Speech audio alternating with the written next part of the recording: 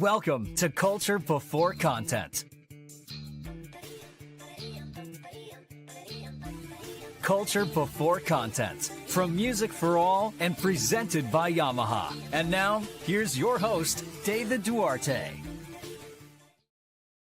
Hey, welcome to the show. I am David Duarte, your host, and today you're only listening to either a rebroadcast or you're listening to an audio version. I'm in this lovely soundproof container room at an internet cafe in beautiful, and I mean beautiful downtown St. Louis, Missouri. I'm on the road. I'm out here working with the middle school honor band, and I've been working with St. Louis Public Schools today. They invited me out here, and it has been absolutely fantastic to be out here. So we're doing a little different this week. So please enjoy. So let's, as I say, at Music for All and within the Culture Before Content community, our mission is to create, provide, expand positively life-changing experiences through music. And none of this happens without the support. And we're incredibly grateful to Yamaha, who is our national presenting sponsor, for helping us bring this mission to life. So if you're here, like I said, no one's watching this live today. It's super weird. I'm still going to pretend it's live because it's live for me. But then when I watch it, it's on the broadcast. Anyway, just to let you know, on a normal show that typically on Saturdays, you can go to the Music for All Facebook page and join the conversation by opening the events tab on the Music for All page. Just mark that you're interested. I always have to wait a second because then you can mark that we're going. And then it'll just take care of it for you and bring it up on your Facebook. But you can also watch and join the conversation on YouTube, which is great. If you have your cell phone, you can actually watch these shows on your cell phone. It's super fun. Just simply head over to YouTube, search for Music for All, click on the live tab, and there you will find us. And you can do the show normally live. But whether you're on Facebook or YouTube, you can jump in the chat, leave a comment, and be a part of the show. And if you missed the live show, don't worry. There's always the incredibly impressive audio episodes that drop every single Monday on Apple Podcasts, Spotify, and other major platforms. But however you tune in, you can find every single episode, audio or video, at musicforall.org/podcast. I'm getting good at this one because I've got it by memory. It's great. All right, well, let's get to the show. Today, we have a special guest. We have Andy Messerli, who is director of bands at Grain Valley High School in Grain Valley, Missouri, where he leads the wind ensemble, symphonic band, concert band, and the 160-piece marching Eagles. After 15 years at Francis Howell, which we'll talk about probably today, Andy brought a culture-first program and approach to Grain Valley, shifting the program's focus from a me attitude to a we attitude, strengthening fundamentals and guiding students towards long-range growth. His work shows how steady expectations, tone-first teaching, love it, and forward thinking can transform a band from the inside out. So please welcome to the show, Mr. Andy Messerli. Hello. How are you doing today? I'm sorry, Andrew Messerli. I'm sorry. It's this is the problem when we start texting back and forth, and I see the word Andy, I just kind of go with it. So I apologize. Andrew, I have my professional name.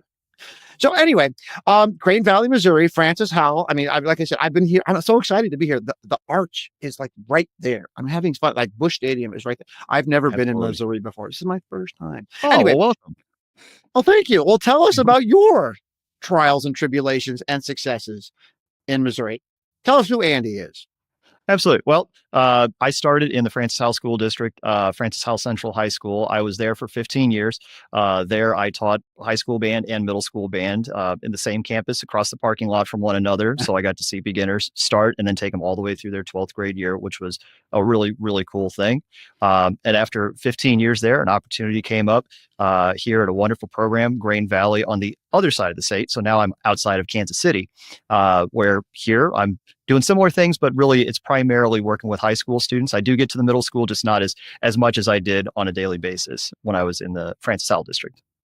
Any issues with the barbecue moving from St. Louis to Kansas City? I want to make sure these are the important. Now that's the culture. Truly it is. Right there. Truly it is. Oh, yeah. No. It's been great. I have definitely found a few new haunts that. It's causing some clothing problems. I'm expanding a little bit. Oh my God. That's why you have to wear black all the time. So you don't get yourself in trouble. All right.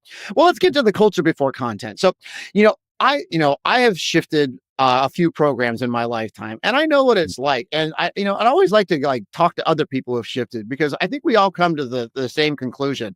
That first year shift is so personal and so on us that Mhm. we can't allow it to affect our students, but we need to make change because we're band directors and, we need to micromanage. I'm kidding. We need to like manage everything and we need to get, because it's that whole thing. I always say this. You ready for this statement? I'm on hot topics already.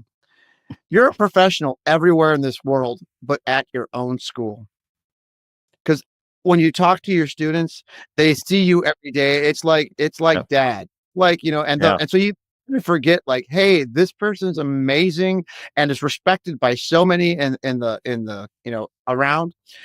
So what is your culture? Well, you're on this show for a very good reason. We talked about fundamentals, we've talked about the Mhm. program that you built, and now you've taken over. Let's start with the culture. Where do you see culture in your life? Sure, that's everything. If there's not a supportive culture, a culture where students know they can come into this room and take a chance and take a risk and make a mistake, free from any sort of critique or negative consequences, that's huge. They don't get that anywhere else. You really can't do that in your math class or science class, and heaven help us behind the wheel. You don't want to be making those mistakes, right? But they know they can come in here and take that chance, and this becomes a really safe place where they can really express themselves. And kids see that happening, and then they feel more comfortable asking questions, which only serves to make everybody better. We all learn from one another. They feel more confident asking their peers for help. The peers feel more confident supporting them. So it's all the upward spiral, but it starts with building the culture where everybody knows this is where we're going to really make music, and it's safe to express yourself and take those chances. So that's a big statement right there, because in my opinion, when you take over something, that is what, in our minds, we have what we know is going to work. When you Mhm. spend 15 years somewhere, you know what's going to work. And when you go to that new spot, you still know. But how have you gone about creating that shift? You say safe space, but it doesn't just come automatically. So, Yeah. what are the Messerly tricks that you make that make happen? Like if you were gonna, pretend today is day one, what are the Mhm. things that you did to make some of this transition happen? Absolutely. So, I mean, like a lot of us that have gone through transitions, when we come into a new program, you know, give the seniors their space. As much Mhm. as I wanted to really be there for them, there's still that little bit of hurt that I am not who they've had. So giving them that supportive space to still be themselves and still give them the band experience that they were expecting for their final year is a big thing. My booster president had some really great words of wisdom about that phrase just perfectly. He said, everything you blow up, you have to rebuild. So I think it's all about kind of nibbling around the edges that first year, providing a great experience for the graduating senior class. And then as it becomes more and more ingrained and there's less of, I remember how it was done previously, it becomes a whole lot easier to implement the things that you're really trying to implement. Or at least that's been my experience. Do you have any non-negotiables? Like I know for a fact that, like, I told the students the other day, because Mm. as I was telling you earlier, I'm in my first year at a school that I was unexpectedly taken off. But there was a day, I think it was either a week ago, and I finally looked at this and said, "Okay, I'm going to be me today, and this is rare, Mm. and I just want you to know I'm going to be me today, but I'm going to give you my opinion." And this is, I said, "It can't. We're not going to negotiate this." I don't remember exactly what I said, but I will tell you the way I phrased it. The students were very receptive.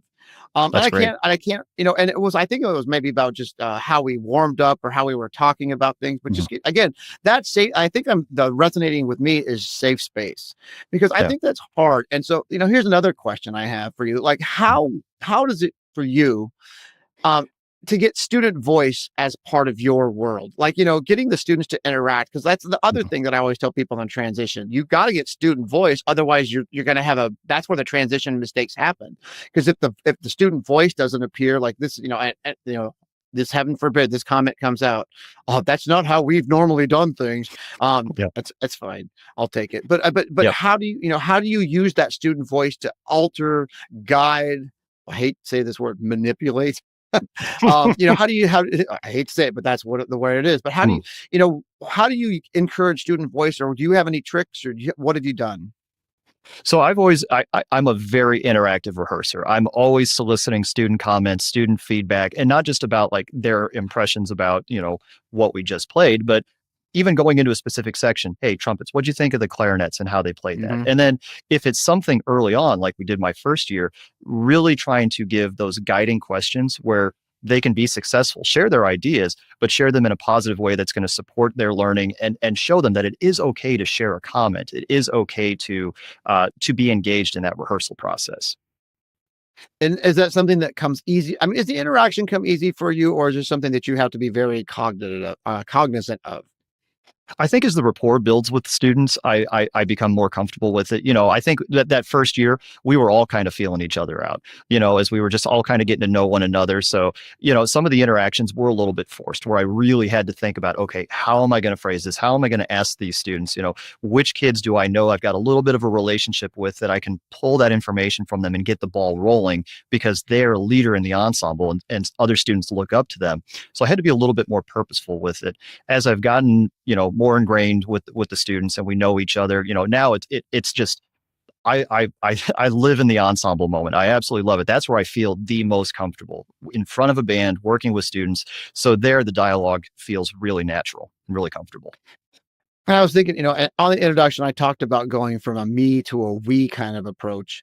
And Mhm, so, and as you say, when you take it, you take the seniors and you make that year go as great as can possibly go. And mhm, and there is a little bit of me in that I'm talking about from the students, not from the teacher, mhm. because you do want to show value for what they're doing. And that is important for them. And it is something that we have to value. But Yeah. when do you notice the shifting going from me, or this is the way we do it, to more the way this is how things are now progressing to the we approach? I really noticed it this year, in preparation for this year, as we really started to get ready for what we were doing, and the students really taking a lot more ownership in the product of what we were doing, and taking some of those opportunities to help each other. Pulling another student aside and helping them work through a Mhm. part or work through a visual or something. And not even students on the leadership team, just older students were taking some of that initiative and offering the help. And the younger students coming up, I could see them feeling a little bit more confident in what we were doing, and being okay asking for help. I witnessed a few things my first year where there was just a lot of headbutting. Mhm. The things I heard in the hallway of, well, I've got my part figured out. Why don't they? And that's not going to get Mhm. us anywhere. That's just a recipe for disaster. So trying to get that mindset gone, and okay, I've got my part figured out. How can I now use that to help my neighbor, and help other sections, or help others come along as well? That's really where we've been striving to get. Yeah, you shifted my brain to remembering what I was talking about with the students. And it's two statements, and I think you'll like this one. One is leadership, good or Mhm. bad, and it will win out Yes. every single time. And so what pops to my head, like thinking of those first years, like, do you have a 0 hour jazz band? Just curiously. Yes, we do. I don't do it, but yeah, Okay. we do have a zero. Yeah. But my point is, like, that first day for attendance on 0 hour jazz, that's my first check of culture right there. How well Hmm. do the kids show up on time? Because that's where me, the director, goes, okay, if the doors open up at 7:30, which is at my school, then I'm going to be in my office no later than 7:15, because I'm always 15 minutes early for being 15 minutes early. And I try to Hmm. do that. And when the kids showed up, if they show up late, then I start to use words like leadership is leadership. If you're going to be here at 3 minutes after the bell rings and you're not there, you're setting the example that this is okay. So is Yeah. that okay? And so just trying to get the kids to get the words coming out of them. But what you said, a really amazing thing a minute ago about, I've got my part down. Mhm. As I say to everyone, that's me in every band I've ever been in. I've always had my part down, but that's not why I was in band. I was in band not because of how I played. I was in band because I enjoyed making music and the sounds of it. And I think 100%. that was one of the things that my high school band director instilled in me, was that we approach had to come from the me approach. Like, if you Mhm. have this talent and your part's prepared, you need to learn to share it with others. It's not necessarily a section leader thing, because heaven forbid a freshman comes in and beats out your first chair whatever player, because Mhm. that's always a hard one to do, and it does exist from program Mhm. to program. That superstar comes in, but then just managing some of that. So, how do you encourage some of that from those students? I've got my part down. How does it become, well, then how can you help others get your part down? And I remember that was exactly the conversation that shifted it, because it was, well, I know you have your part down, but we all have to get your part down, and we can't just go on in the music until everyone has learned, or we've learned the parts right there, which shifts me over to these fundamentals that I'm dying to talk about, Yeah. which is I love this conversation because I really think, the culture starts with fundamentals. First is meet the kid, get to know them, find them out, and then first rehearsal. What's the first thing that you're going to do? My guess is fundamentals. So Absolutely, let's take the fundamental show here, and I'm going to yeah. turn this over to you. Talk about what is going into your mind when we talk about fundamentals. Absolutely. That is the first thing that we're doing. And that relates a lot back to the culture that we do, where, look, we're going to make sure that we sound great on this note. And we're going to take the time to really detail this and make sure that we're playing it with a great entrance, with the right air support, that it's in tune, that it's in tone, that it's balanced with our neighbors, that we're getting the right resonance, that we know exactly what we need to do with that. Something that really stuck with my head was a clinic with Richard Saucedo, where he said, if we don't sound good on this one note, then it doesn't matter what we're playing with the others. And I've really kept that as we go through, because if we don't sound great on our first notes, or even after we spent time with those first notes, we're just going to be spinning our wheels to try and apply that to more challenging literature. So really showing the kids that, look, we're going to take the time. We're going to establish our just nice midline concert F. We do the concert F every single day. Everybody knows what it is, so that we have that home base to return back to, that we can compare that then to our quote unquote harder notes, or our less familiar notes, right? Can we make the B natural sound as resonant and as beautiful and in tune and tone as the concert F, and that relates really well to like the Remington exercise, where you're always going home to that concert F, and you can transfer that to starting on different notes, et cetera, et cetera. But it's always getting them to go back to, how do we sound? The question I always ask my students is it beautiful? And if the answer is anything other than yes, you've got to change something. And one of the great things about what we do is that we're like a true false test, right? It's either better or it's not. And the nice thing about, if it's not better, we know almost exactly what we have to change. Just go in the opposite direction and see what we get. Because how do you encourage that listening from your students? Because that's, what I'm hearing is what I believe in wholeheartedly. Mm-hmm. Ensemble happens through the ears and not the eyes. And I'll give you my example. I have spent a lifetime clinicking bands, and a lot of time we talk about this, like say that I'll use forte piano as an example. Mm-hmm. It goes forte and piano, and the kids will get there, skip it. Or we'll get to these staccatos on top of the note, skip it. We'll get to this crescendo under this phrase, skip it. Also phrase, skip it. Yep. But we're going after every one of those notes. And and maybe I'm going to keep doing my Dave Coons thing, because is just one of the most amazing technicians at this. Because I was all about, the Texas method of get every kid a tuner, all this fun stuff. And then he's just like, just make them listen more. And he's right. All of a sudden, I got a compliment the other day on how good my band was playing in tune. And then I thought to myself, we didn't tune. We just did chorale. Oh, we're in tune together.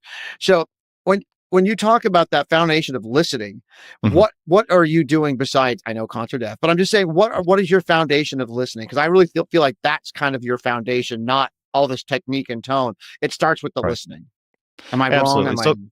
No, I think that's spot on. It really kind of boils down what we're doing. So we talk a lot about the listening levels. Level 1, you're listening to yourself.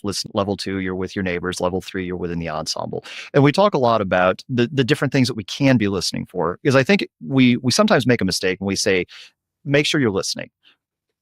These kids, these high school kids, unless they've really been trained up, they don't know what they're listening for, So we have to really guide their ears, at least early on, and give them those structures and supports and scaffolds so that they know what they're going to. So sometimes it's something as simple as, hey, we're all going to play this concert F, but I want all of our ears to try and hear the clarinets. And then, what if we can get into there? All right, cool. Now we're going to zero in only on Billy. And of course, we're not going to hear that one individual unless they've got a really funky tone or they're playing super loud or something. But just the mindset of, okay, I'm going to try and hear this one specific person, really opens up their ears quite a bit. And we've done it where, okay, pick somebody else that doesn't play your instrument, that you don't think is playing your same part, get your ears into their sound and see if you can match and blend. And of course, they're not truly doing that, but the effort of doing that is really opening the ears, and it's totally shifting the ensemble sound. Oh, I love it. And here's one that I did today, and I do it all the time. Mhm. I'm a huge fan of using marches. Like every concert will Oh yeah. typically have a march, and if I'm not doing a march, something is disguised that's a march, and it's in there somewhere. I kind of have two marches on this concert. I've got Holiday Gallop for the festive tune that we only play the one tune, and then I Mm. also have a Sousa march that I want to work on for the things. No one's going to care and play. Then they won't even think of it in those terms. But here's one of the ones that I did today. And I was working with middle school. And this is like what I said, one of those fabulous things that you just pick up. Get the percussion to go to the front of the room and play for them and just play super loud, really quick, and then play super soft with musicality and Mhm. watch their eyes. Like, do you have any problems hearing the note? Okay, band, let's play the trio. Play. Okay, did you have any problem hearing the snare? Which one did you prefer when you listen? And it always sparks that conversation to, oh, I can play musical on the snare drum or the bass drum. But here's where the magic happens and where you said it. I'd like your opinion on this, but I love taking the march and balancing to the snare drum and having the Mhm. students listen. And Yeah. so I think I love passing that around. And poor Billy, I don't know what Billy did to you, but we're gonna talk about. I'm kidding. But that's what I believe you do. Here's another one from this week, and again back to Dave, because I have Dave Coons come out to my band via Zoom once a week, Oh no. and we were doing the march. And here's what the most fantastic listening. The kids were again. Here's the crescendo. No, okay, we'll just pass over that. He's like, okay, kids, I want you to do the polar opposite of what you see. If it says Yeah. forte, I want you to play piano. If it says crescendo, I want you to diminuendo. And instantly, the kids did every single detail. It wasn't great, but what it was reaction to music, and all of a sudden they heard it. So when Yeah. we shifted it back, I thought that was a great technique.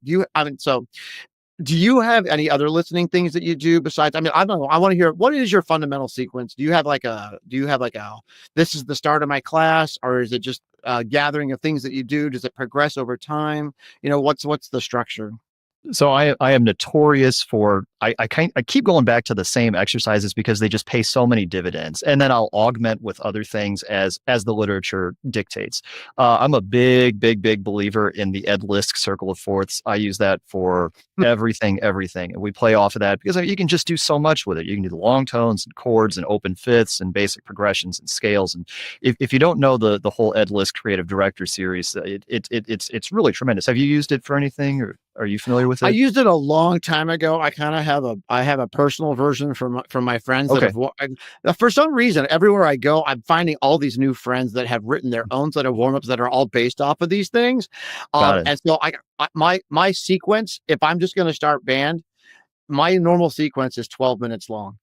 And so Yeah. that sequence covers Remingtons, long tones, lipsers, chromatic fingerings, articulation on the upbeats, accents, scales, thirds, arpeggios, Clark study. In my belief, using circle of fourths, in my belief, that if you have the technique with the tone and the musicianship, everything Mhm, will fall into the place, and you can't do one over the other. It all has to be there. And then, even more importantly, always rehearse your warm ups just as you would your music. mhm. Absolutely. Yeah, and that was a big thing that we had to work through as well, making sure that the students knew the importance of the warm-up sequence. It was not just, "This is the first 5 minutes of class." Like, "This is the first thing we're doing. This has to be our absolute pinnacle. Like, this is where we should be sounding the best because we are taking away all the other distractions. We are just focusing on beauty of sound right now, and this is where we can really make that magic happen and get those overtones to sing out, so we've got something in our brains and in our ears that we're gonna be chasing the rest of rehearsal." Oh, I love what the pictures are making in this scene. It's always Oh, fun yeah. to see everyone's stage. Oh, look at that lovely shell going around the entire thing. Is that a festival or is that your stage? No, that was actually, I was fortunate enough, I co-founded a youth ensemble out in St. Louis Mm. with, in coordination with the St. Louis Wind Symphony, and that was their concert venue. Oh, amazing. I just for the listener out there, when the pictures pop up, sometimes I get distracted, sometimes I don't. And if you know me well enough, I'm just going to get distracted at all of those funny things. And so let's go back to that listening, the Ed Lisk philosophy. Mhm. Um, where did you learn all of this stuff from? Was it something that you found over time? Was it instant? Was it your pedagogy that you learned in college? Where did the belief come that this had to be you, and that was the reason for success? Because I just when I was a young teacher, it's like, okay, let's play the scale, let's play through the concert B Mhm. flat in three chords. Okay, let's get to the music, and then I would rehearse the music. And now I don't care about don't take that wrong. That was totally semantics. I do care about the music. what I'm saying is I don't teach the music anymore. I teach what the music teaches, and then I apply Yeah. it to the music. I spend so much less time on music as I've gotten older, and the music sounds so much better because we're Yeah. fixing, as I say, that swell. You said resonance earlier. Like that's one of my favorite words. If this chord's going to resonate, shouldn't they all resonate? If this chord, Yeah. if this, Yeah. if you know what I'm saying? If there's accents on the music, shouldn't you play them when you read them? We should again skip over this stuff. Trying to get because the culture of not skipping over everything that are notes and rhythms. I think it's going to be one of my books one day. I think. But how do fundamentals change student behavior? In other words, what does the role of the sound quality have on your band? So like when does your band, like I know we as band directors are Mhm. addicted to the sound, but has the changing of the sound of your band to what you want had an effect on the culture of your band? I think so. I think it was more pronounced in my previous position just because I had the longer time to be there to Right, really right. see the results. So thinking back to that, where we were doing the same things, where we were really drilling in on the fundamentals and really chasing sound and really just making sure that we were getting our absolute best sounds. What really stuck with me was when kids were then going out and seeking out more of those opportunities on their own and seeking out more of those listening things on their own. I'll never forget, I had a student named Jeffrey came up one day. He's like, "You weren't at school, and I wanted to talk about this Mahler thing that I heard." And he was he was so excited to talk about it. And that's when I saw a lot of this really starting to happen, where How kids were really buying into it. How do you get kids to listen to Mahler? And so I don't mean that like specifically Mahler. I can Sure. talk Mahler all day long, but that's my whole thing. I'm a saxophone player and somehow got Hmm. addicted to like neoclassical orchestra music. And so like, I found it because I hear so much of the music and then I just want that. Yeah. And it goes back resonance, just saying, I want some of that beauty. How do you get your kids to listen to Mahler? Because I think that's, one of the things I noticed on a changeover is like, in either jazz band or concert band, they either do or don't listen to the quality of music. And like, Yes. like I said, and we can either go to band every day and teach them this piece of music and get them to play it for that concert, or we can have them listen to Mahler and then Mhm. apply what some of that music is. How, do you have things that you do? Do you play music in class? How do you get those higher level thinking skills in terms of listening come out of your own students? Absolutely. Yeah. We do some listening in class, right? And we'll listen to things that are ancillary related to what we're talking about. We'll just listen to great music. I think sometimes we don't show our passion for the music that we're interested in enough to the kids. And just like the bands are always a reflection of the director. So if we've got a passion for Mhm. these types of music, then we got to be showing that, because that will start reflecting in the students over time. Like if they are constantly seeing that we are passionate about, French romanticism or whatever, it may not be everybody, but at least those ears will be open and they'll be more receptive to hearing those things. Yeah, because don't you think that like learning the styles? Because I was telling, it popped out of my mouth the other day, and I looked at the kid. I'm like, styles nowhere on the page. How do you expect to learn this piece of music? Mhm. And it could be Gloria Stefan from the late '80s and a pop tune, or it could be Mahler, or it could be, and so how do you go about getting the kids to go past the notes and rhythms? Yeah, I mean that's a huge thing, and that's the big question. It's all about exposure. I think exposing them to a lot of different types of music so that you can then build that library inside their ears. That hey, this is not like the Mozart we listen to. This is more like John Mackey or whatever else. So they have those little bits of nuggets that they can grab a hold of, and sometimes you got to leave them a few more breadcrumbs to get them down the trail, but eventually they'll start taking more and more ownership of that, looking for those things. And I'm kind of a spaghetti on the wall type person. I will just throw out a whole bunch of stuff because it will stick. Yeah, I mean, absolutely. There's some kids that what I'm saying, it's gonna really, it's yes, that's it exactly. And others, it's just not gonna be it. So I need to go to plan B, C, D, E, and F. And I want to have all those avenues available to reach as many of the kids as I can. Can we write a book together and just call it like Pasta Band or something like that? Because I Love say it. that all the time. Like, I'm just going to throw this at you kids. Oh my God, this stuck. But my thing is the spaghetti falls off the wall after a week or two. And then Mm, we got to go to a different recipe here, or we got to change something up here yeah, because, what works today doesn't work tomorrow. And, the foundation of fundamentals, yeah, that's always going to work, but how you approach it, or maybe on this piece of music. So let's talk a little bit on repertoire for a second. I mean, sure. is there any specific pieces over your, I love this conversation, by the way. Is there any specific piece that comes to mind of like, this is one of those pieces that has really made an effect on me? It could be past or something you're doing, but do you have any, how do you A, choose repertoire, and B, do you have any repertoire that's had like a significant impact on your pedagogy? Sure. Well, I mean, that's the number one thing we have to do, right? We have to most carefully choose our literature.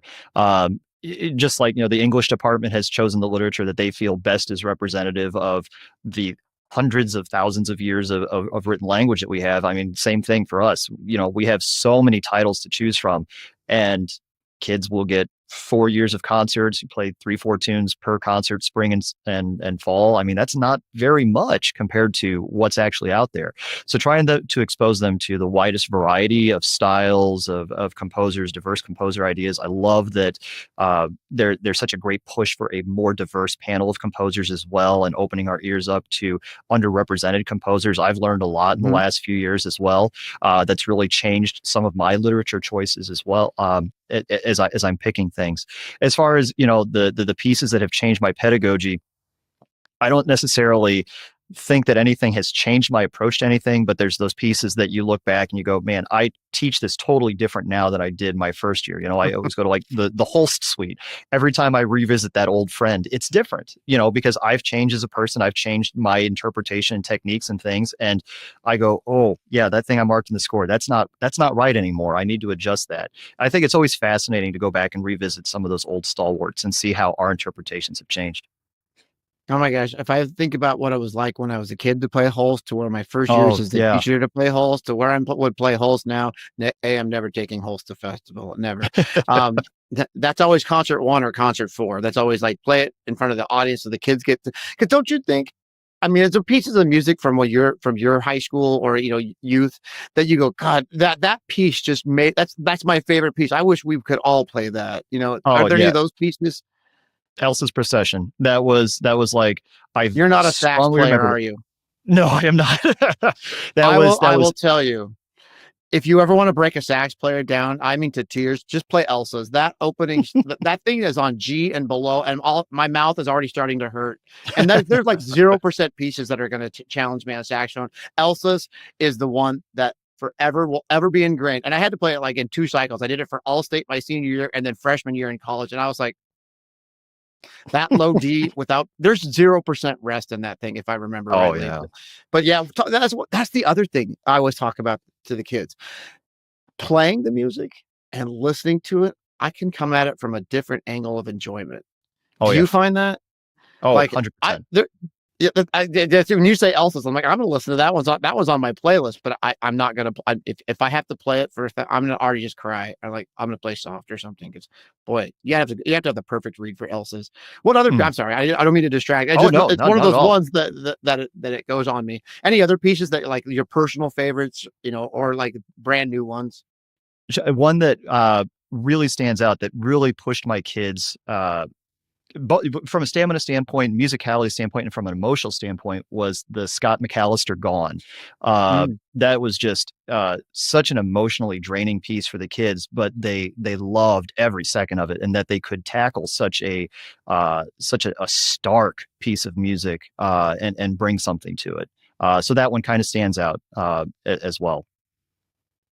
So let's talk a little bit more back. I go back to the program. So I talk literature. I can talk fundamentals. We can talk about anything we want to, really. But I in my brain, I keep thinking to myself, oh my God, not only did you move across the state, what was it like for you to, I mean, that's also taking your own personal culture, shifting it to another place and having to reestablish. How was the move for you? I mean, did you have family where you were going? Or, no, actually, we're moving further away from family. My family's from the St. Louis area. My wife's family is from Columbus, Ohio. So we tacked 3 hours onto everybody's commute. Oh, that seems fun. That seems like a really good idea. But how long did it take, because I always like to talk about the personal side of band. The students kind of forget that we exist outside of that band room, and we still have, we have the, I can be happy all day teaching band, but maybe just like, oh my God, I've got to fix this. I got to fix the garden hose bib because it's got a leak and I got to get that fixed. And so, how do you keep yourself energized to do what you do? Because I know you're super passionate about band. I know you love what you do, and I know you have this foundational skill. How do you keep energized, or what also motivates you outside of music? I've got a really, really, really supportive family. I got two great kids that, when it's time to be dad, I do my absolute best to be dad and not let the job creep in. But honestly, doing band is one of the things that keeps me charged up and going. I just try to do it in a different way, So if I've had a long draining rehearsal, sometimes it's just a matter of, okay, I need to learn something new. I need to feel like I've accomplished something today. If we didn't get it done in rehearsal, I need to personally feel like I got something done today. But then, like I said, when it's time to be dad, just enjoying my time with the kids, enjoying my time, here in this new town, trying to learn and explore. How long did it take you to feel comfortable in the new town? It was about a year, just until I felt like I could get the lay of the land and like really understand where I'm going. Grain Valley is a small community, so we're constantly having to go out to the larger areas if we're taking my kid to soccer or shopping or whatever else. So when I found myself like navigating without having to put it into the GPS, okay, I feel like I've now kind of made it here. Oh my gosh, it makes me think. It's like, when I moved up to the Pacific Northwest, it was like, yeah, I think I know my square mile, and I'm just going to keep doing that for a while until I feel comfortable. It's pretty here, but I would still get. Now I'm fine. It's been 5 years now. Do you have any other good stories or revelations since you've taken over the program? It goes back to this. To be a successful director, we all define success differently, I think. And so, I don't want you to define it. How do you define success? Sure. And to me, it's like every kid showed up. A kid smiled. I talked to everybody. What are some of the success moments for you? What drives you to help your kids? What drives you to help your kids musically, emotionally, any of the above? Absolutely. Well, one of the big successes we had this year was actually the end of the marching band season. This is a marching band program that's been very, very successful. In BOA, they did Grand Nationals the year before I got here, and they're fairly consistent finalists at the St. Louis Super Regional. And we had made finals last year in St. Louis, missed it this year. We were number 15, just on the outside. But I did not hear one student say, man, I'm so disappointed we're not performing in finals. Everybody that I talked to said, that was our absolute best run. I feel so good about what we did. I mean, I couldn't have done anything better. I love this show. I'm proud of it. That really is like, okay, yes, this is exactly right. This is the mindset that we need to have, that it's about the performance. It's about making music with our friends and, getting to enjoy this experience that not everybody gets to have. And it goes by so fast. So we have a mutual friend who's also the producer on the show, Patrick. So I understand you did a little bit of an interview with him at St. Louis finals. Is that true? Yep. A few of my students did. Yeah, tell us about that for a little bit, because I know we're going to probably, or we'll put. I think there might be something we can put into the show later on, maybe on the audio broadcast. But what did he talk about? Because I heard it was pretty cool. Sure. No, absolutely. It was a chance for a few of my students to just kind of get to talk about the show, talk about what it meant to them, how they felt about the performance, kind of just what they felt the show was representing, and just to hear their thoughts on it at the end of the season, and to watch them talk to them, to see the pride that was swelling up, regardless of the result. That was a very cool thing. Caden Byers, and I am a marimba in the front ensemble. Nolan Wilson, and I'm synth 1. Adelaide Folk, I'm a vibraphone in the front ensemble. Julia Bledsoe, and I'm the mellophone soloist. Dallas Weir, and I play electric guitar. I thought our performance went really well. I feel like before, whenever we were in the lot, how percussionists like all are kind of really close together and it's really loud. I thought that went really well as well. So yeah, I'm really proud as a senior, just really proud of everybody. I think the performance went really good. I think during warm-up we were really amped up and we were really excited to perform, and I think that really showed through when we went out on the field. I think we did amazing. It's the seniors' last rep. I was bawling at the end of it. I just thought it was such a good rep, and it was just such an emotional time. I was just really proud of it all. It was really bittersweet. It could be my last performance, so I was also absolutely bawling at the end. I think it went really well. At the end, I started crying, and I'm not even a senior, but I never cry, so that was saying a lot. And everything went well in my eyes. No tears, definitely best rep we've ever had, and I'm happy about it. I want to pursue guitar like my whole life. I want to, grow up, maybe make it big in the music industry. I want to perform for lots of people so I can influence other people who are just like me to, be crying in the middle of the arena of St. Louis. And then the theme? Groove. Oh man, it's really vibrant. Like we have colors thrown out all across the field. We got a big tarp in one of our corners. We got a ton of like props that have like green and blue on them. We have 12, matter of fact. And then we have our uniforms.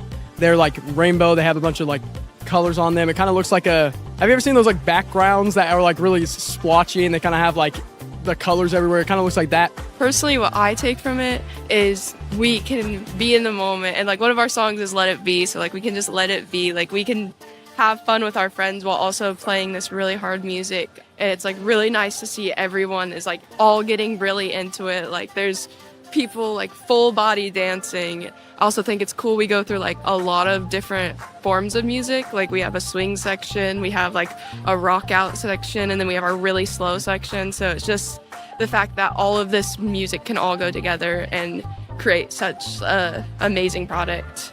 I feel like the theme for this year really is like telling for what's going on in the world right now, because one of our songs in the ballad is called What the World Needs Now, and I feel like our show really portrays the value of like we need love in this world, and I feel like Let It Be as our closer just really encapsulates that as well, because it's just telling you to let it be, just let whatever happens.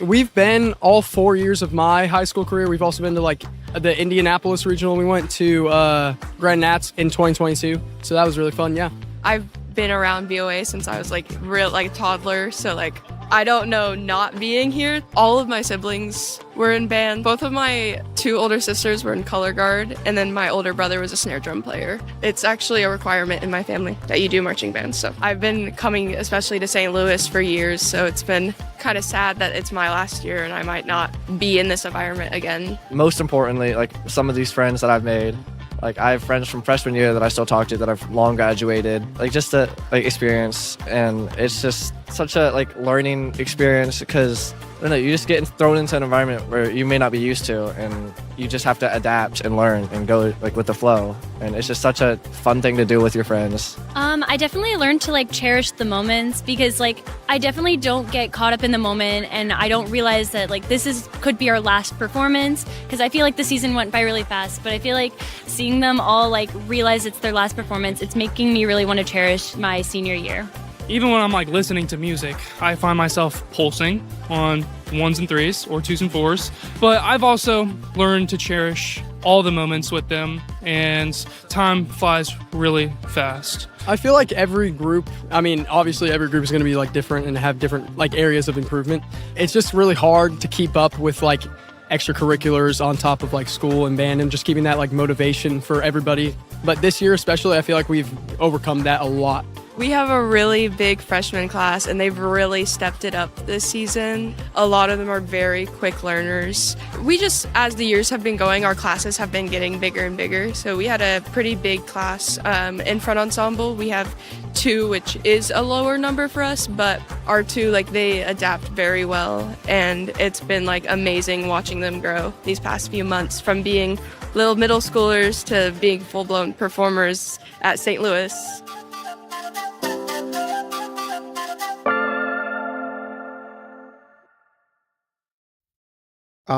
I would love to see. I'm laughing. The Arch is that way, Busch Stadium's that way, and then the stadium that you performed in is that way.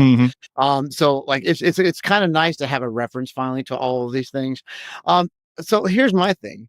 What do you want your students to remember about your own programs? When your students leave, what is your hope? What is it that drives that? What do you want their culture to be when they've left or when they've grown up?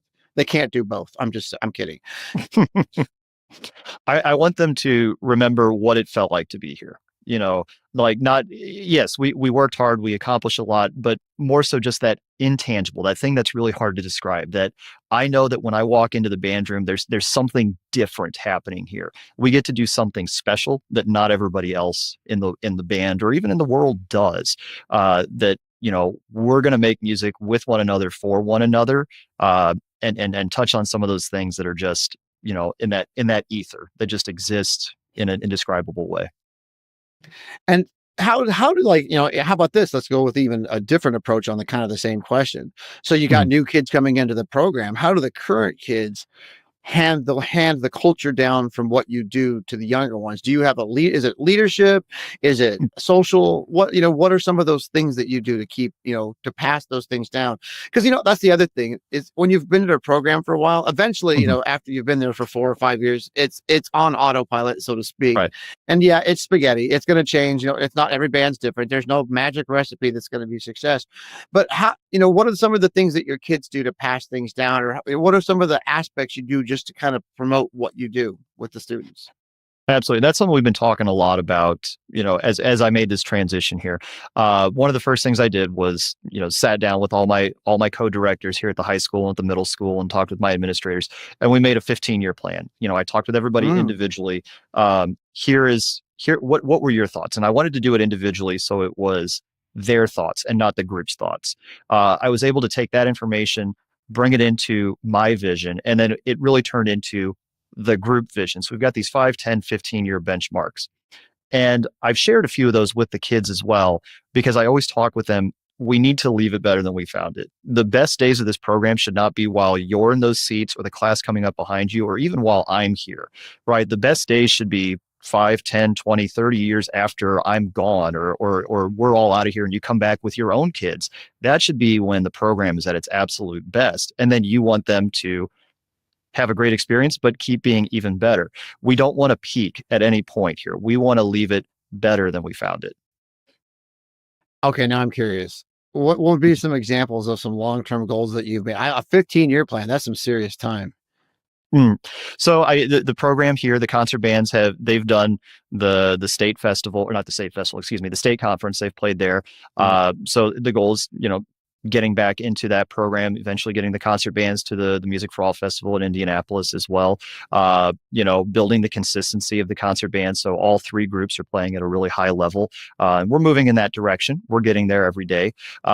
Continuing the success of the marching band, moving them getting back to Grand Nationals at some point. And just the consistency is the biggest thing. Consistency of the ensemble, more students enrolled in band, more students enrolled in private lessons, participating in honor bands, seeking out those performance opportunities that aren't necessarily in class, but outside where they can, do other things, either church bands or community bands or whatever else, where they're seeking those things out on their own and not just, I got to sign up for this class, I got to take band, and now I can graduate. Yeah, but it's one of those things I think about all the time, because this came up in last week's podcast about, doing gigs and always having those things ready to go and having a set of kids. And, I always hate to say this, but the minute some kids start playing for some money and they actually actualize what those returns are, that sometimes becomes the driver for them becoming better musicians. And I hate to say this, obviously, I hate for money to be the driver, but it is there as a I call it those are what I call shiny object. It is there as a shiny object, but look at the reward that's getting. And it just comes down to, like, maybe we should have a podcast on just the culture of practice. How do you get kids to practice? Because I think some of the things that I do, like speaking of the first year, you say the words, you try to give the examples, but I am not pushing those kids to practice. I have my secrets, so if I have any kids that watch this later, I'll just tell one of them is every time we play a march, it's memorized. Because if you play the march by memory, which is always my favorite one, then you've practiced, because you can't just play a march by memory. And then, and the other one I love to do is, as scales, thirds, arpeggios, and Clark studies, everyone plays them in class. Yeah. 6 keys in the semester 1, 6 keys in semester 2. And we all know semester 2 is going to be worse than semester 1, but we're going to do 6 keys. But the culture of practice, once it establishes itself, makes those 6 keys not so unbearable, so as I speak. And then on year 2, the kids have already got all 12 keys, and now it becomes a revisit and more. Do you have any of those types of things that you do? Well, actually, I was gonna ask you a little bit about that. That's been an ongoing discussion with the staff. One thing that we've really found is that our practice culture is not great right now. We're not seeing the students taking the instruments home or even in the practice room. So we've been putting a lot of effort into getting the kids in the practice room, and really helping them be successful, trying to read up like what are some of the barriers. One of the barriers we found was that they don't feel like they know what to practice, and they don't feel like they're hearing improvements. So trying to like give them some guided practice to show them what to do. Because I don't know about you, I don't feel like I really learned how to practice until I got to college. Like even with lessons in high school, it wasn't until I was in that sink or swim, like you got to figure this out, that I really learned actually how to practice. And I feel like it's kind of hard to get the kids to get to that point. And I don't know if you feel the same way. I have actually a story of this, because this actually goes to last year at my old school, and I had a student teacher. So Paige, if you're listening, and I'll tell Paige to listen. She's actually my sub today, so she's still got a couple hours to go. Nice. But my Paige is one of the smartest people I've ever met. And so my student teaching is based on reflection, by the way. So I don't want my kids to make copies. I don't want my I don't want them to do anything. I want them to ask questions and reflect upon it to learn and grow. And so she subbed for my orchestra teacher, Craig, episode 59. And she drew pictures of what the kids look like sitting in seats and handed it to me. She goes, "This is what I see." And then we both looked like, that's like killer. And so what she noticed, and this goes back to practice, is the same thing. Hey kids, you got to take your horns home for the words are coming out of the mouth, but then when I go to the lockers, yep, they're all there. They're all there. They're all there. So here was the driver. And when because she left right about when she decided to wait till like her last week of student teaching to tell me this. So then of course it goes in my brain, and I'm like constantly thinking about it. I'm like, this is going to bother me till we fix it. So here's what we did. I'm opposite, by the way. I knew how to practice from when I started the instrument, because here's what it comes down to, is you got to teach kids to set goals and achieve them, not practice. Time is not it's qualitative versus quantitative. Right. If you can get a qualitative goal, then the quantitative, ask what the quantitative is from the qualitative. That's way too big of words for this afternoon. All right, but let's go back to the easier thing.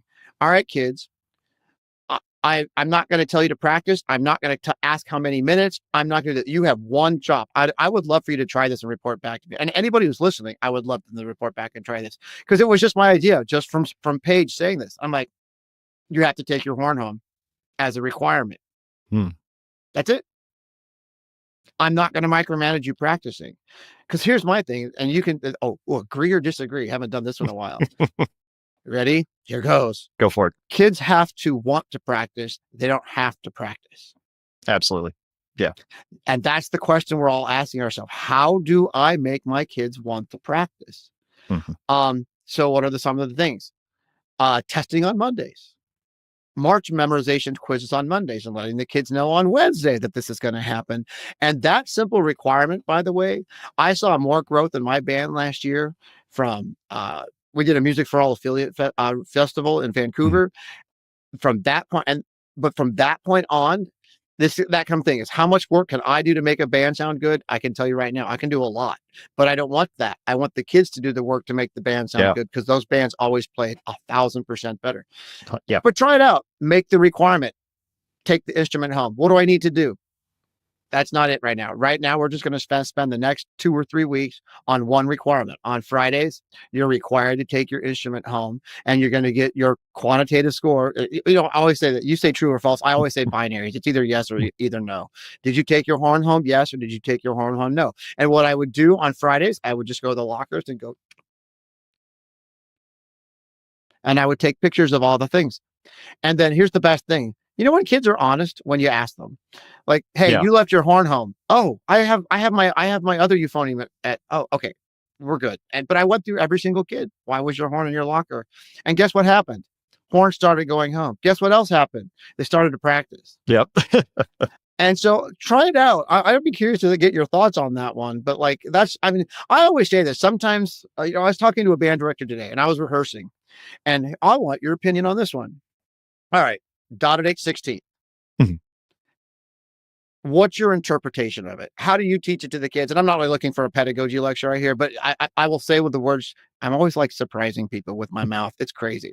So dotted 8/16. How do you explain it to your kids when you're like in a rehearsal, or like the interpretation isn't like quite what you do? What is your methodology, or what would you think if that came up? It depends on the style, but let's say it's in a march or something, fanfare. No, let's go A with the lot of march times, because that's yeah, actually what it was today. Just throwing actually, that out there. we a lot of times, and I borrowed this from another band director. Day, today, today, today. That's You get exactly that little bit of 100% separation. exactly. Okay, then here comes my question because that's funny. We teach that thing. I have, by the way, I have 9 rhythms. I have enchilada for 16th notes. I have Del Taco and Taco Bell for 8th out of 6. My favorite is pepper hot for 16th, 8th, 16th. Pepper, hot pepper, hot pepper. Nice. Our rhythms. This, and all right. I'm gonna be controversial, so I'm sorry, Mm. audience. This is. You can disagree with me all you want. You don't count rhythms. You feel them. You I don't read. Hold on. no. You don't hold on. I'm gonna explain myself. Wait, hold on. When you look at the word, like look above your head. I don't know what you Mhm. have. Do you have culture before content or podcast Yeah, network podcast your above my head. Okay, yeah. So that you're in the same place. You see the word podcast and network. That's the rhythm. Mm. You don't see PODCAST NETWORK. You see podcast network. That's rhythm. Rhythm is a feel, and you should know the rhythm. And yeah, you should know how to subdivide it, but you need to know the feel of those rhythms in that style. Thank you for saying style. It's my favorite. But because once you can read rhythms as packets, then you're not trying to play each note and each rhythm. So, Yeah. all right. Well, I would, yeah, no, that's I haven't necessarily heard it put in those words exactly, but I would agree with that. Thinking about my experience growing up, I played in a summer band where it was 8 tunes on a concert every week, Tuesday night rehearsal, Friday night concert, and I learned a lot just by recognizing some of those little snippets that I could carry from tune to tune. It's like, oh, I played this here before, and I can do that. My previous position, we had shifted our beginning method into I'm drawing a blank now. Radical approach to beginning band or something like Bob Duke and James Yeah. Bio, and one of their big things is sound before silence or sound before cymbals. So you're constantly like doing the rhythm verbally before the kids actually like see it on the page, and then after you've done it, it's like, okay, now this is what it looks like. So it's the same way that we learn to read. We've heard parents and adults saying things, and then we saw it on the page. So I think there's a lot of truth to that, where we recognize what that little rhythmic figure looks like, and we know what it's supposed to be. And it's only when it gets tricky that we actually have to sit down and like really think about the counting of it. Yeah, because I have like little exercises. You could break it down to the 28th note if you wanted to. I'm not going to because it's super boring. But I really just think you just need to break it down to the 16th note for all kids. And then if they go any further, they can do it on their own. They can figure out how to add an extra line. It's not that hard. But that's why I have those 9 rhythms. Because here's to me, if you just write out ones and zeros and just write 4 of them, you will produce every rhythm in the musical alphabet that way. Dot, dot, dot. That could be 8 and 2/16. That could be a 16th note, 16th rest, 2/16. It could be quarter rest. And so I have this whole philosophy, because back when I was private teaching, that's when I got onto this rhythm thing. And then when I started private teaching, what I noticed is my super kids, they were not subdividing. They were knowing. They know what this rhythm packet is. And I have a whole, like, I should share down the road with people, but like, I'm a sax player, so I teach all Fairling etudes, and I always work on the slow ones, not the fast ones. The fast ones are easy, but I teach it through my concept of what a rhythm feels like, and then I do it that way. I make them learn the rhythms through my method first. Like, I've got a whole worksheet that they do, and then I hand them the music, and usually their jaw will drop because they're like, oh, I see it. I can actually see, because no one, you know what I will say? Here's my other controversial statement. No one teaches us how to read music. Like, we do all this sight reading, we do all this thing, and we're just, half the time we're just putting this sight reading factory up there, and we're judging, that was pretty good, and that's, sometimes I think that, that's pretty good, but is it really teaching every kid how to read? No. It goes back to having private lessons in the band. Not all of us, and not me, can have private lessons for every kid in my program and do those things, because that's where think about it: rhythmic decoding, note decoding, stays, transposition. As you said, circle of fourths. All that stuff happens because we have to teach the kid to feed themselves. And so, how many times have you seen a band program where that teacher has pretty much given them all the stuff to produce the music, but you can tell, because I'm going to end with this, because by the way, it goes, here's 54 minutes. They skip the crescendos, they skip the accents, they skip everything but the notes and rhythms. That's how I know it's a teacher-driven ensemble and not a student-driven. Oh, 100%. I mean, you can hear it in the band too. I mean, they might really have those notes and rhythms down for that specific piece, But if you give them something different, or if you dig a little bit deeper, it's all been prepared for that one specific tune. There's not the fundamentals basis to now apply it to other things. And I think that's really what we have to do. We have to teach the kids to be musicians and to play the instruments, not just play the sheet. All right, my last statement, and then we're going to get to final thoughts. Sure. But the music is not our curriculum. It's what's in the music that you need to teach how to play that is the curriculum. And that's where score study, and that's where it all lies. And it took me 15 years to discover that. I spend so little time teaching pieces of ensemble. I spend so much more time teaching what's in the piece of music to be able to play it. So when we go to read it, they all go, oh, yeah, yeah. Oh, yeah. Oh, yeah, yeah, yeah. So anyway, that's my weird controversial subject. So I didn't mean to be so controversial today. So we have hit the 54-minute mark, which is like my magic thing to go, oh my gosh, I better wrap this up because I'm kidding. I don't get in trouble. But I've been ending lately with like, I don't want to say what's your culture, what's your thoughts on culture, but I like to give everyone the last word and thought to the day. Maybe it's something we talked about. Maybe it's something you've wanted to say. Maybe it's just a magic moment. But, we have a whole audience that listens to us, middle school, rural, small school, big school. I looked up our schools, by the way, are like identical sizes, by the way. Oh, really? Yeah. We're like teaching the exact same size school. So let's go with this. Final thought of the day. Andrew Messerli, I'm going to give you the floor. What would you like to say to our audience to let us go today? Well, I think the really important thing to remember is that good teaching is good teaching, regardless of the situations that we find ourselves in, whether we're in a really affluent, massive high school program, or we're in a 60-mile radius, doing K through 12. Good teaching is going to be good teaching. And, as long as we keep holding ourselves and holding our students to high expectations, and we're being vulnerable enough to share our passions with the students, I feel they'll come along with us and we'll see just absolutely magical results. That is absolutely fantastic. Andrew, you are one of those people, or Andy. I keep just going back and forth because I can see the name on the top of the screen, and then all I've known you for Andy is last week.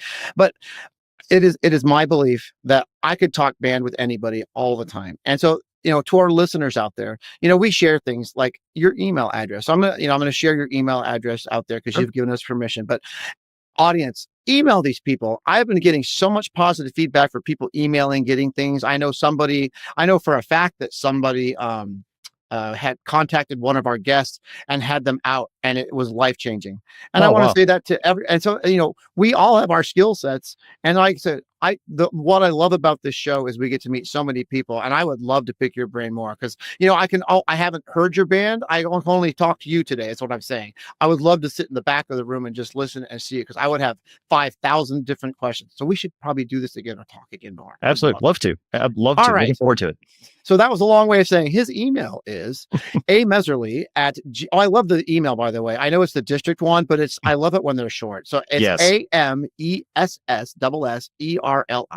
So AMESSERLI at GVR5. Love it. .net. So at GVR5.net. But email, have a question. You want to talk pedagogy? You want to talk a little Mahler? Mahler makes us all small. I'm kidding. Have an email. But thank you so much for being on my kind of not really live show, but my first show this is my first show. This is my third state. I did some shows in Indianapolis. I've done shows in Missouri. And the rest of them have been in Washington. But well, I'm glad to be a part of your Missouri show. Oh, I love it. And especially for somebody from Missouri. It makes it even more special. Absolutely. All right. Well, thank you for coming today. Loved it. Thank you so much. It was absolutely my pleasure. Awesome. Well, audience, thank you for spending part of your day with us. As we wrap up, we'd love for you to share this podcast on your social media, share the audio, share the video, whatever you do, just share. Because when you do, it helps more teachers find these conversations. And I know a lot of you are getting a lot out of this. I don't want this professional development to always be mine. It's just great. But also, I want to let you know, you can always email me at my email address, which is david.duarte@me.com. I've heard from many of you. And I do have my website that I like to share because I use it all the time, davidduarte.org. And if you go to the instruction hub, there's PLC stuff, there's curriculum, there's scope and sequence. Actually, it's general music choir. There's a lot of stuff on there because there's a lot of what I've done in my career. And like everything, it's free. And I like to share it because it makes us all better.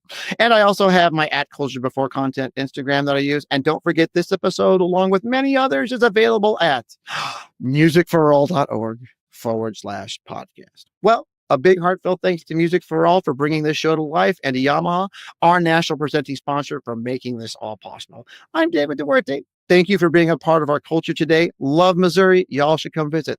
Arch is right there. And I look forward to seeing you next time.